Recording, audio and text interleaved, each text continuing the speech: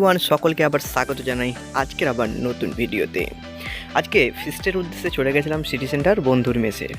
First আমরা চলে যাই বাজার করতে, কাছাকাছি কিছু পেঁয়াজ শসা এগুলো নেওয়ার জন্যে।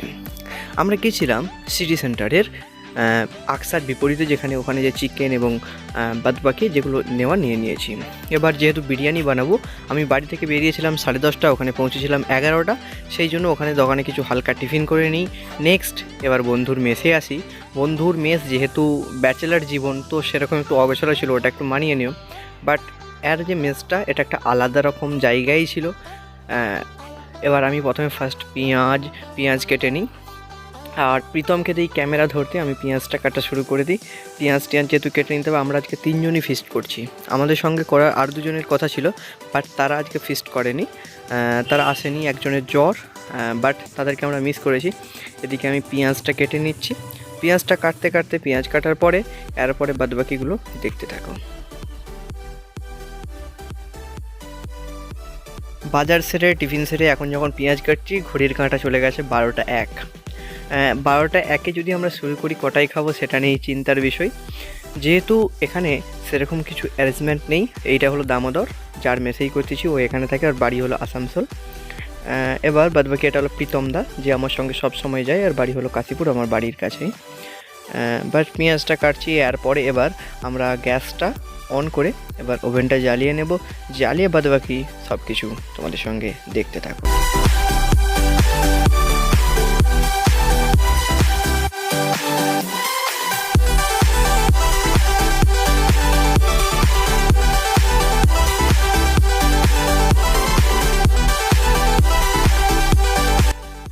শসা চিলতে দিয়ে দিয়েছি, ওদিকে মাংস হচ্ছে, দামোদর মাংসই করতে বসে গেছে, আর এদিকে শসাগুলো ছিঁড়ে নিচ্ছি, আর এদিকে আমি বাসে বসেও দেখছি।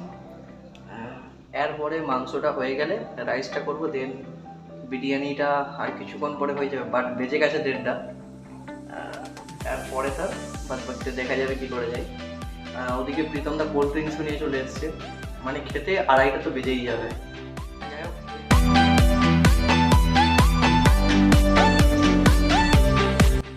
বিরিয়ানিটা সাজানোর পরে বিরিয়ানিটাকে স্টিমে রেখে দিই, আর একদিকে আমি পাঁপড় ভাজতে শুরু করি। আমার ছোটো থেকে পাঁপড় ভাজতে অনেক ভালো লাগে। যেরকম রান্নার কথা এলে আমি আগ বাড়িয়ে যাই, সেরকম পাঁপড় ভাজার দিকে তো না বলার কোনো উপায় নেই। হয়ে গেছে, রায়তা বানিয়ে দিয়েছি, বাস এবার বাকিটা স্যালাড বানাচ্ছি। স্যালাডের জন্য শসা টসা কেটে রেখে দিয়েছি আগে থেকে।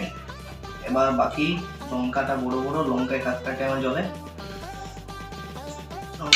এবার বাকিটা মিশিয়ে বিরিয়ানি ওদিকে রেডি করে দিয়েছি। বিরিয়ানি স্টিম হচ্ছে কিছুক্ষণের জন্য, আর এদিকে স্যালাডটাকে একটু বানিয়ে নেব। স্যালাড হয়ে গেলেই খাওয়া। এখন ঘড়িতে কটা বাজে প্রীতমদা? 2:16। রুটি করা হয়নি, বিরিয়ানি স্যালাডের পরে বিরিয়ানি স্টিম থেকে এনে জাস্ট খাবো।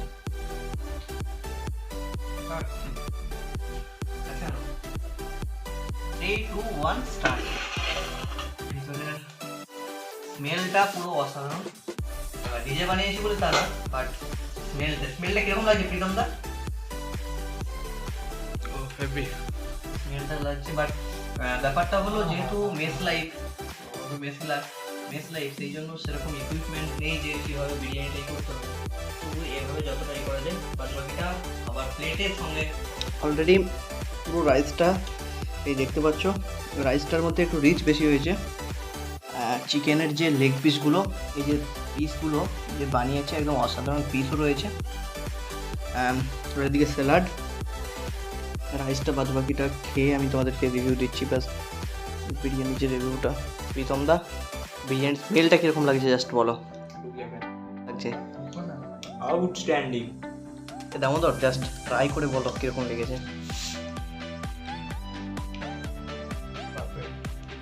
বাট যাই হোক, মোটামুটি একটা কম ইকুইপমেন্টের মধ্যে আমরা বানিয়ে নিয়েছি।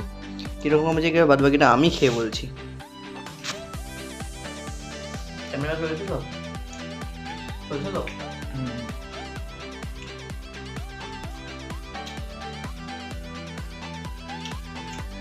আমার নিজের জিনিস আমি রিভিউ দেবো না, ওটাকে রিভিউ যা দিয়েছে বাদবাকিটা থাকবে। আর ব্লগ কন্টিনিউ করছি না, এটা এখানে অবধি। বাদবাকি মাউন্টেন ডিউ রয়েছে, পাপড় রয়েছে, রায়তা রয়েছে, ভাববি এখানেও বিরিয়ানি রয়েছে, ওটাও রাত্রে খেয়ে নেবে। ভালো করে যেত তোমার কালের ফুল বেশি তো